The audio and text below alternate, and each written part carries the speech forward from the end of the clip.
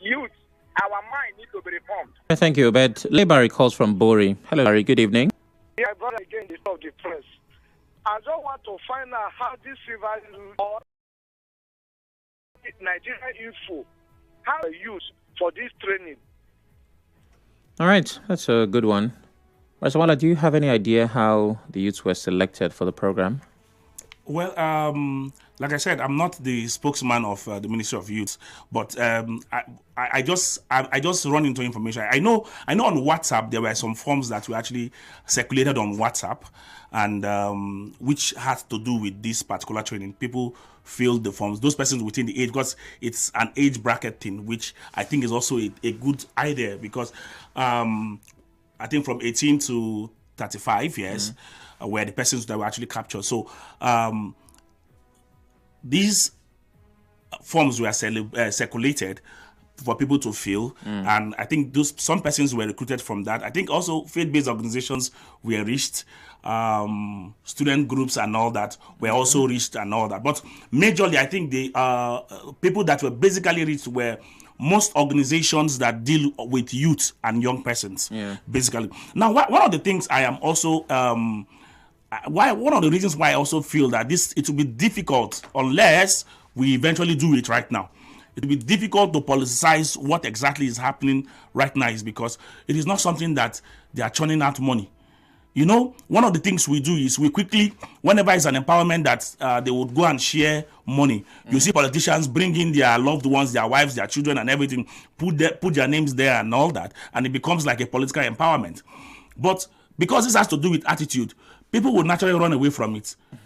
Naturally, people will run away from it. So, but I think some level of sensitization was done to that effect, but I can't really... All right. What do you think is the biggest, and we're using River State as a case study now, what's the biggest youth problem in River State? If you were to be on a panel where they say, you know what, we want to reach out to River State youth, what is the unique problem that we face here that is affecting the youths? Well, one very unique problem I think Rivers people have is this mindset of wanting to get into politics and to make money from politics. It has really destroyed a lot of persons, I can tell you for free. Okay. Aside, you know, we talk every time we talk about drugs, we talk about this or that vices and all that. Yeah. Yes, but one thing we don't talk about that's also a vice, if you ask me, it's where a person graduates from the university, and the next thing he looks for a political leader to attach himself to, and from there he's now a politician. Somebody might call that internship. That's why I said somebody might call that, right? So if somebody does call it internship, how would you respond? I don't think that is actually internship. Now, we should be able to, you know, it's part of the reasons why I think that, you see, this behavioral training is very important. Now, see, if we start having leaders that have proven track record of service to the states in different sectors and different areas. The governor now is the former accountant general. He has served at some point. Yeah. We have people serving from different positions, not political service now, either from the civil service or they were successful businessmen and all that. Yeah. I can tell you for free that we will not have a situation where people will leave their university and next thing they become politicians automatically. It's a great menace, and you find that in all the local governments. It's a major problem. So we must discourage that attitude, because people now think that the easiest way to wealth is either you get into politics or you open a church or you join Yahoo. But are they wrong? Because they have seen examples, right? It's not. I mean, it is informed by something. Yes, you know, it still brings us back to the first issue of our general bad character. And as a society, we have normalized this. We need to start discouraging it.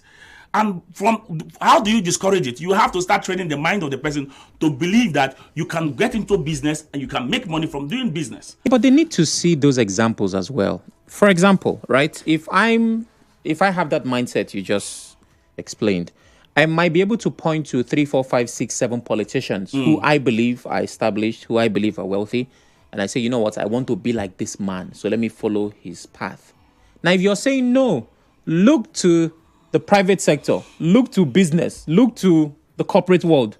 You also need to give me examples from there and say, okay. No, we do have a lot of examples of persons who never got their money from politics, went into business and are doing very well. Some persons who are actually skilled.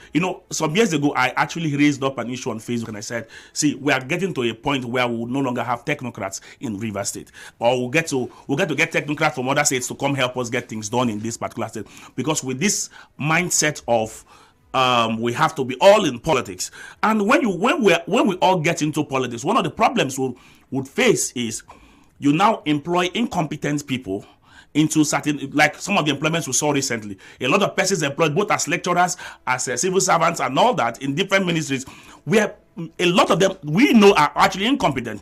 They are all learning in the job, or on the job. Sorry, they are learning on the job, which is not what it's supposed to be. People are supposed to have some level of experience, some level of training. Now, but because we do things anyhow on this part of the world, so anything goes. Now you now have a situation where somebody studies agriculture or one of these courses. You take the person to go and become a clerk in the lab in one of the general hospitals, and you expect to get good result from there. And you tell the person, oh, you will learn how to do it here. So these are the kind of things we're actually experiencing. So we must shift this political thing away from what it's a major problem for our society. People are no longer tilting towards becoming professionals again. People are more tilting towards becoming politicians, because the money is coming from politics. Let me put you on the spot, right? Who's the most popular politician from River State? No, right now you can give that to the FCT minister. Yeah, Wike. There's Yes. no question. Yes. Possibly in the country, right? Yes. Wike is the most popular politician Yes. in River State and from River State. Who's the most popular businessman from River State? There are a couple of them. Exactly. That's, you see, There are a couple of names you would actually call. the fact that you have to think, right? Wike, you don't think, you just know. Business, you not do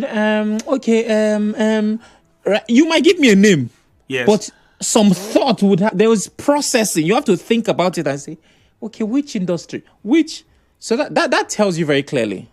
But if you go to, for example, Anambra State and ask this question, somebody will say, nothing. Like, names will pop up before. Then if you now say, who's the most popular politician, then people will very likely say, okay, maybe the governor. So it's very clear where the direction is. If you go to maybe Lagos, the question might be along the lines of maybe entertainment or some other, while politics is a thing there, it's not really what drives them. True. So if we are saying that we need this shift, like you have suggested, which I completely agree with,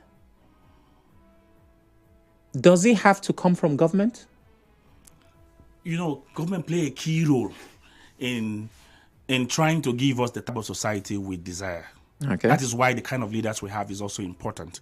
Because if the government has to drive some of these things, because it's very important, if we need to have a behavioral change, the government have to drive it. The government have to lead by example and by giving us the necessary environment, create necessary environment for this behavioral change.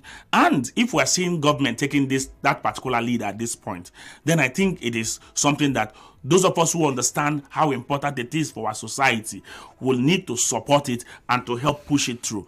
Because if we do not support what they are doing right now, see, we're all going to be beneficiaries of this whole thing. When we start having people, youth who actually have good character, when we start having a reasonable society, trust me, we'll all be beneficiaries of it. I could remember growing up, you were not a child of your parents. You're a child of the society. So when you mess up, before your parents will even get to hear about it, somebody around who must have seen you take up that particular action would have actually dealt with you. Yeah. That's to help the society grow. But these days, even when a child is flogged in school, you see the parents, all of them gathering themselves, going to the school to fight with the teachers and all that. So, see, we have actually lost it completely as a people.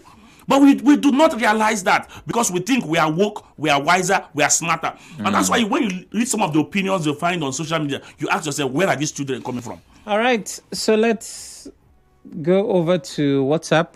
If I can get calls, I'll just take 08179230002. The youth lack creativity 230002. The youth lack creativity and we're always hoping for the oil field. Okay.